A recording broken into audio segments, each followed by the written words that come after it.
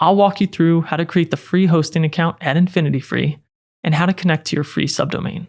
Once that's done, we'll be ready to install WordPress in the next step. In the video description, click the link to get to the InfinityFree website so you can follow along with this tutorial starting on this page. I'll click register now, and then I'm going to enter my email address, and then I'll pick a password. Then agree that you've read the terms of service, and finally click sign up. Here you'll be prompted to verify your email address. So I'll open that in a new tab. I'll find that email from InfinityFree, and then I'll click verify email address. Now we can go ahead and close these tabs for now, and I'll click confirm.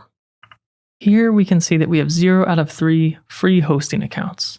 To create one, click create account. And as you can see, we will be getting some ads during the sign up process. I'll close this one. Then I'll scroll down. We can see here are the hosting plans. These 3 are paid, but we'll start with the free one. And again, in terms of features, it's pretty bare bones, but I'll click create now. And then here we want to choose our domain name. This is free and we can add and change later.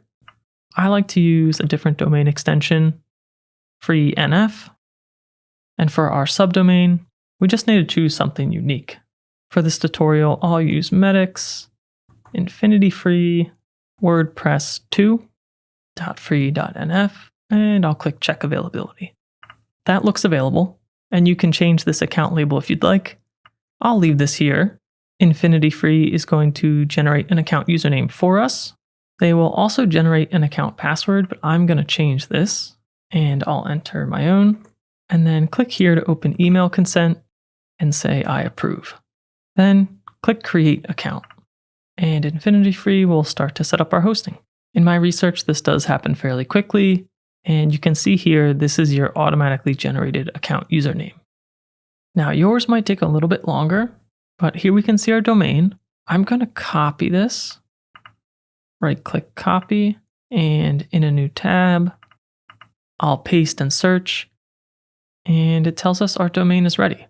So I'm going to close this, and then back in the InfinityFree account, we want to go to control panel.